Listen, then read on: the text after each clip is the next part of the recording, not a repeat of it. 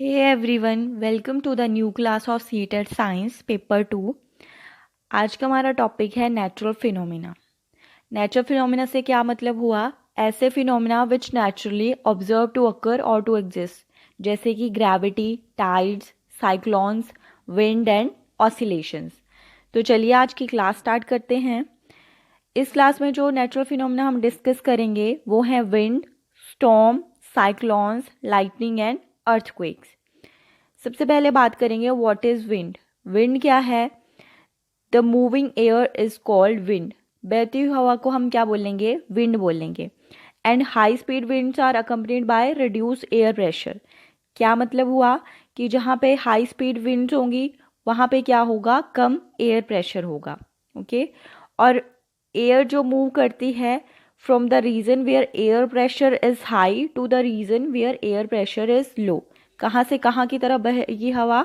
जहाँ पे एयर का प्रेशर हाई होगा से जहाँ पे एयर का प्रेशर लो होगा उसकी तरफ।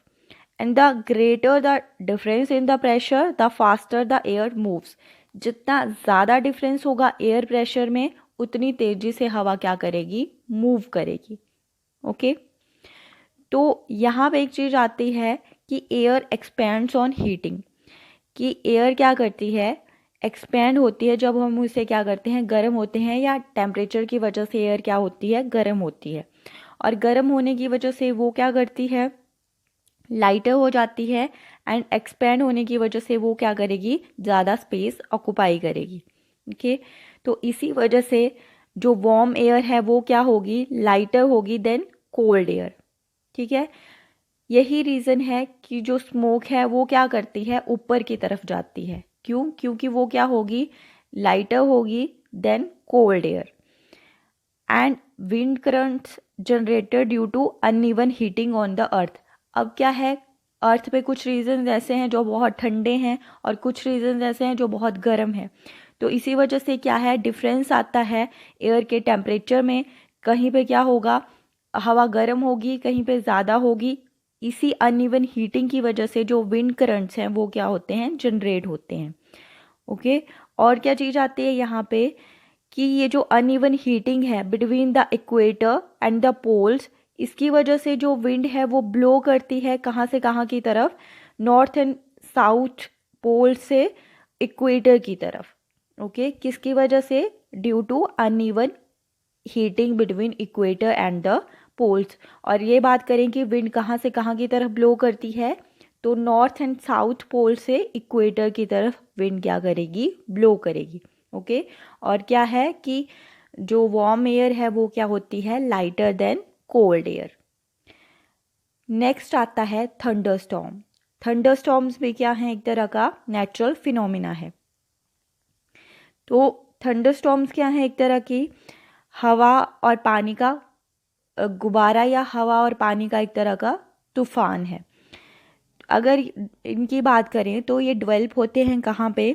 हॉट और ह्यूमिड ट्रॉपिकल एरिया, जैसा कि कहाँ पे है? इंडिया का रीजन है। तो the rising temperature produce strong upward rising winds. अब हमें पता है कि जैसे जैसे टेम्परेचर इंक्रीज होता है वैसे वैसे क्या करेगी?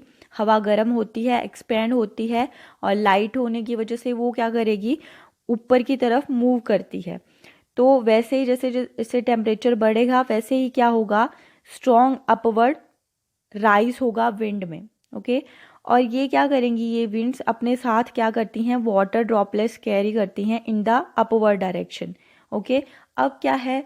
हवा गर्म हुई, उसने अपने साथ क्या किया? जो वाटर ड्रॉपलेट्स थी उनको कैरी किया और ऊपर की तरफ मूव करने लगी। जैसे ही वो थोड़ी ऊपर जाके पहुंचेंगी वहाँ पे क्या होगा? टेम्परेचर डाउन हो जाएगा। ओके मतलब फिर से एयर क्या करेगी? फ्रीज करेगी और नीचे की तरफ आने लगेगी। ओके यही स्विफ्ट मूवमेंट्स जो फॉलिंग वाटर है ड्रॉपलेट्स की फॉर्म में with the rising air create करता है लाइटनिंग एंड साउंड, जिसको हम क्या बोलते हैं? थंडरस्टॉर्म। मतलब क्या हुआ? टेम्परेचर इंक्रीज हुआ, हवा ऊपर की तरफ जाने लगी और अपने साथ उन्हें क्या किया है?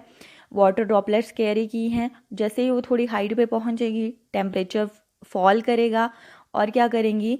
वो हवा भी विद वाटर ड्रॉपलेट्स क्या करेगी? फॉल करेगी। इसी स्विफ्ट मूवमेंट्स के दौरान क्या होगा, जो वाटर ड्रॉपलेट्स एंड एयर है वो क्या क्रिएट करेगी, लाइटनिंग एंड साउंड, जिसको क्या बोला हमने, थंडरस्टॉर्म, जो देखने में कुछ इस तरह के लगते हैं। ओके, नेक्स्ट आता है साइक्लोन्स। साइक्लोन्स देखने में कुछ इस तरह के लगते हैं और इनका इफेक्ट कुछ इस तरह का होता है। और किस तरह ये प्रोड्यूस होते हैं, तो बिफोर क्लाउड फॉर्मेशन जो वाटर है वो क्या करता है, हीट लेता है एटमॉस्फेयर से to change into vapours. Water को वेपर में चेंज होने के लिए किस चीज़ की ज़रूरत होती है, हीटिंग की ज़रूरत होती है, इसीलिए वो हीट लेता है फ्रॉम एटमॉस्फेयर। और जब वाटर वेपर्स लिक्विड फॉर्म में चेंज हो जाते हैं, मतलब रेन ड्रॉप्स में चेंज हो जाते हैं, तो वो क्या कर देते हैं, वेपर्स रिलीज कर देते हैं उस हीट को, कहाँ पे, अगेन इनटू एटमॉस्फेयर। तो उस हीटिंग की वजह से उसके सराउंडिंग में जितनी भी एयर है वो क्या हो जाती है, गर्म हो जाती है, और गर्म होने की वजह से वो ऊपर की तरफ उठने लगती है, जिसकी वजह से क्या हो जाता है, प्रेशर जो है वो ड्रॉप हो जाता है। ओके, ये साइकिल इसी तरह रिपीट होता जाता है। और due to formation of very low pressure system एक वेदर कंडीशन डेवलप होती है, जिसको हम क्या बोलते हैं, साइक्लोन का नाम दिया है। ठीक है, तो ये क्या है, इसको बोलते हैं हम आई ऑफ द साइक्लोन। यहाँ पे ये ऐसा रीजन है जहाँ पे प्रेशर क्या होगा, बहुत ज़्यादा लो होगा। ओके, और जो फैक्टर्स हैं अफेक्ट करते हैं डेवलपमेंट ऑफ साइक्लोन्स को, वो कौन से हो गए, विंड स्पीड हो गया, विंड डायरेक्शन हो गया, टेम्परेचर हो गया एंड ह्यूमिडिटी हो गया। ये सारे ही फैक्टर्स कंट्रीब्यूट करते हैं in the development of cyclones. Okay, तो साइक्लोन्स की बात करें, साइक्लोन्स हमारे जनधन के लिए बहुत ज़्यादा हार्मफुल हैं, बहुत ज़्यादा अफेक्ट करते हैं। बट फोरकास्ट की वजह से हम क्या कर सकते हैं, ऐसे प्लेसेस को छोड़ के कहीं सुरक्षित स्थानों पे जा सकते हैं जहाँ पे साइक्लोन्स का इफेक्ट कम हो। ओके, नेक्स्ट आता है लाइटनिंग। लाइटनिंग भी क्या है, एक तरह का नेचुरल फिनोमिनन है। लाइटनिंग क्या है, एक तरह की इलेक्ट्रिक स्पार्क है, but at a huge scale. Okay, क्या है, इलेक्ट्रिक स्पार्क देखी होगी आपने, कई बार पोल्स हैं, हवा की वजह से वो हिल रहे होते हैं, तो वहाँ पे क्या प्रोड्यूस होती है, इलेक्ट्रिक स्पार्क। तो लाइटनिंग भी क्या है, एक तरह की इलेक्ट्रिक स्पार्क है, but in a huge scale, बहुत ज़्यादा मात्रा में होती है। और ये किसकी वजह से होती है, due to accumulation of charges in the cloud. Okay, किसकी वजह से, accumulation of charges in the clouds. In 1952 Benjamin Franklin एक अमेरिकन साइंटिस्ट थे, उन्होंने क्या शो किया था कि लाइटनिंग और जो स्पार्क है, लाइटनिंग और स्पार्क जो हमारे क्लोज से प्रोड्यूस होती है, ये दोनों ही से एक तरह के फिनोमिना है। ओके, मतलब जो लाइटनिंग हो रही है बाहर क्लाउड्स में, ओके, और जो स्पार्क प्रोड्यूस होती है हमारे क्लोथ से, जैसे आपने देखा होगा कि कई बार आप वुलन क्लोथ झटके से खोलते हो तो एक स्पार्क प्रोड्यूस होती है। तो ये दोनों ही फिनोमिना क्या हैं, एक तरह के फिनोमिना हैं।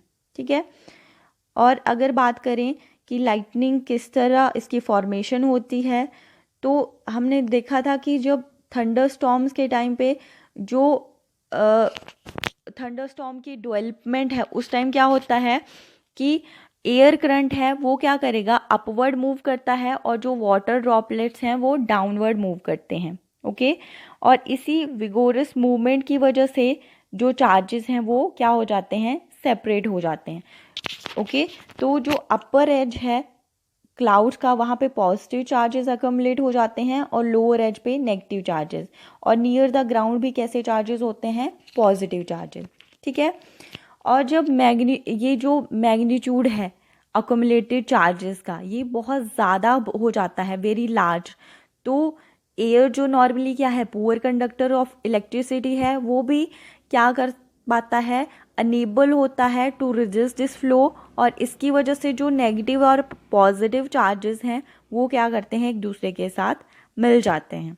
ओके, और इसकी वजह से एक streaks of bright light produce होती है, जिसको हम क्या बोलते हैं, लाइटिंग बोलते हैं। और इस प्रोसेस को साइंटिफिकली क्या बोला जाता है, इलेक्ट्रिक डिस्चार्ज। ओके, मतलब थंडर स्टॉर्म्स के टाइम पे क्या हुआ, जो मूवमेंट है अपवर्ड और डाउनवर्ड मूवमेंट किसकी, एयर और वाटर ड्रॉपलेट्स की, उसकी वजह से चार्जेस क्या हुए, positive charges upper as of cloud पे अक्यूमुलेट हो गए और नेगेटिव चार्जेस कहाँ पे हो गए, लोअर एज पे। और नियर द ग्राउंड भी कैसे चार्जेस होंगे, पॉजिटिव चार्जेस। ठीक है, फिर क्या होता है, जब क्या होगा, मैग्नीट्यूड ऑफ अक्यूमुलेटेड चार्जेस बहुत ज़्यादा हो जाएगा, मतलब यहाँ पे बहुत ज़्यादा पॉजिटिव चार्जेस हो जाएंगे, लोअर एज पे बहुत ज़्यादा नेगेटिव चार्जेस हो जाएंगे।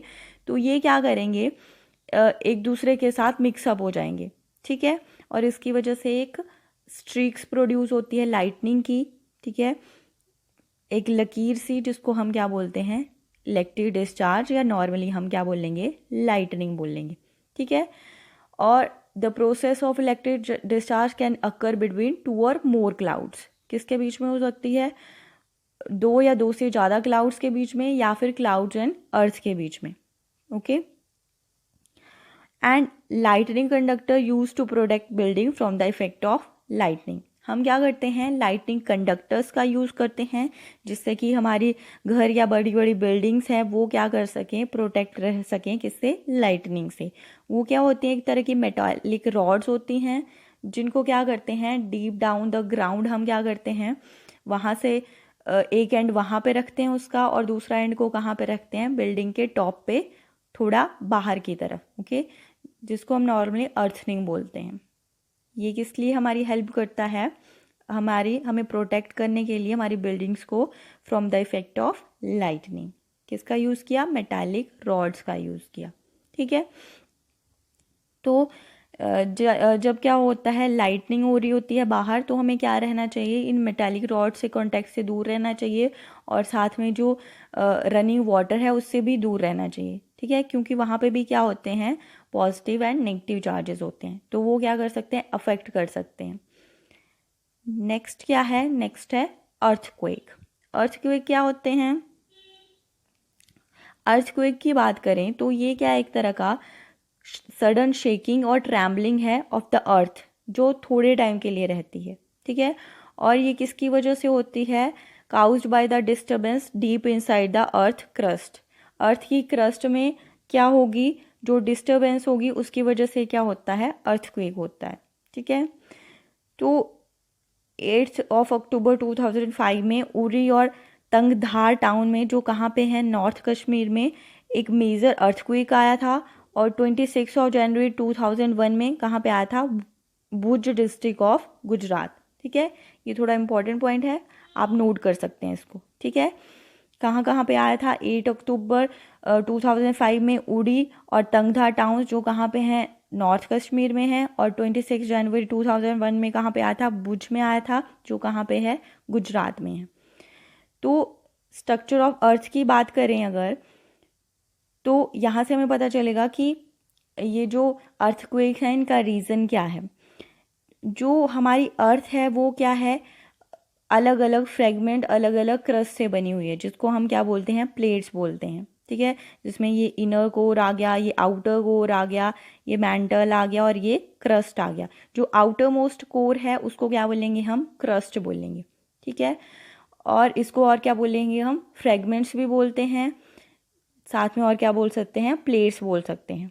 ठीक है, ये जो प्लेट्स हैं ये क्या कर सकती हैं, कंटिन्यूसली ये क्या करती हैं, मोशन में रहती हैं। ठीक है, और जब एक प्लेट दूसरी प्लेट्स के साथ कोलाइड कर जाती है, ठीक है, या एक प्लेट दूसरी प्लेट के अंदर चली जाती है, तो एक डिस्टर्बेंस प्रोड्यूस होती है, जो हमें अर्थ सरफेस पे किस तरह हम उसको देखते हैं, एज अ अर्थक्वेक दिखते हैं। मतलब अर्थक्वेक का रीज़न क्या है, डिस्टर्बेंस इन द क्रस्ट और डिस्टर्बेंस इन द प्लेट्स। ठीक है, तो जो वीक जोन्स हैं उनको हम क्या बोलते हैं, सिस्मिक और फॉल जोन। कौन से हुए वीक जोन्स, जो ये अर्थ प्लेट्स हुई, जब ये क्या करेंगी, कोलाइड करेंगी, तो इसके जो नियरेस्ट रीजन्स होंगे वहाँ पे बहुत ज़्यादा इफेक्ट होगा अर्थक्वेक का। ओके, इनको हम क्या बोलते हैं, वीक जोन्स बोलते हैं, या फिर सिस्मिक या फॉल जोन्स बोलते हैं। ठीक है, तो कुछ इम्पॉर्टेंट पॉइंट्स हैं याद रखने वाले। सबसे पहले आता है, इंडिया में जो मोस्ट थ्रेटन्ड रीजन्स हैं जहाँ पे अर्थक्वेक हो सकता है, कौन कौन से हैं, कश्मीर है, वेस्टर्न एंड सेंट्रल हिमालयाज़ हैं, नॉर्थ ईस्ट हो गया, रन ऑफ कच्छ हो गया, राजस्थान हो गया, इंडो गैंगेटिक प्लेन हो गया, कुछ एरिया साउथ इंडिया के भी डेंजर जोन में फॉल करते हैं। ठीक है, कौन कौन से हो गए? कश्मीर हो गया, वेस्टर्न एंड सेंट्रल हिमालयाज़ हो गया, जो नॉर्थ ईस्ट रीजन मतलब जो पहाड़ी इलाके हैं वो ऑलमोस्ट किस में आते हैं? इस डेंजर जोन में आते हैं। ठीक है, और इसके बाद जो रन ऑफ कच्छ या राजस्थान है, ठीक है, या इंडो गैंगेटिक प्लेन है, ये और साउथ इंडिया के कुछ रीजन्स आते हैं। ठीक है, जो पावर ऑफ अर्थक्वेक है उसको हम किस में एक्सप्रेस करते हैं? In the term of magnitude, और उसके लिए हम किस स्केल का यूज़ करते हैं? रिचर स्केल का यूज़ करते हैं। ठीक है, जो रियली डिस्ट्रक्टिव अर्थक्वेक्स हैं उनका मैग्नीट्यूड कितना हो सकता है? Higher than 7। ठीक है, और हम किसका यूज़ करते हैं इसको नापने के लिए? रिचर स्केल का। जो भुज और कश्मीर के अर्थक्वेक्स है उन दोनों का ही मैग्नीट्यूड कितना था? मोर देन 7.5, इसीलिए इनको क्या बोला गया है? मेजर अर्थक्वेक्स बोला गया है। फिर आता है कि जो सिस्मिक वेव्स हैं उनको रिकॉर्ड करने के लिए एक इंस्ट्रूमेंट का यूज़ किया जाता है जिसको क्या बोलते हैं? हम सिस्मोग्राफ का बोलते हैं। ठीक है, और क्या हुआ? मैग्नीट्यूड को नापने के लिए किस स्केल का यूज़ किया? रिचर स्केल का यूज़ किया। अगर हम बात करें कि बहुत डिस्ट्रक्टिव अर्थक्वेक का मैग्नीट्यूड कितना होगा, तो हायर देन 7 होगा। और कुछ जो मोस्ट थ्रेटन्ड रीजन हैं किसकी वजह से? अर्थक्वेक की वजह से, वो भी आपने दिमाग में रखने हैं, जैसे कश्मीर हो गया एंड जो भी जितने भी पहाड़ी एरिया हैं वो सारे आ गए। तो आज के लिए इतना ही। नेचुरल फिनोमिना डिस्कस किए जिसमें विंड है, अर्थक्वेक्स हैं, साइक्लोन्स हैं, थंडर स्टॉर्म्स हैं, लाइटनिंग है, ये सारे नेचुरल फिनोमिना है। मतलब हम इनको आर्टिफिशियली जनरेट नहीं करते हैं, नेचुरली जो जितने भी चेंजेस आ रहे हैं हमारी अर्थ में, हमारे इन्वायरमेंट में, उसकी वजह से प्रोड्यूस होते हैं। So that's all for today. Thank you for watching.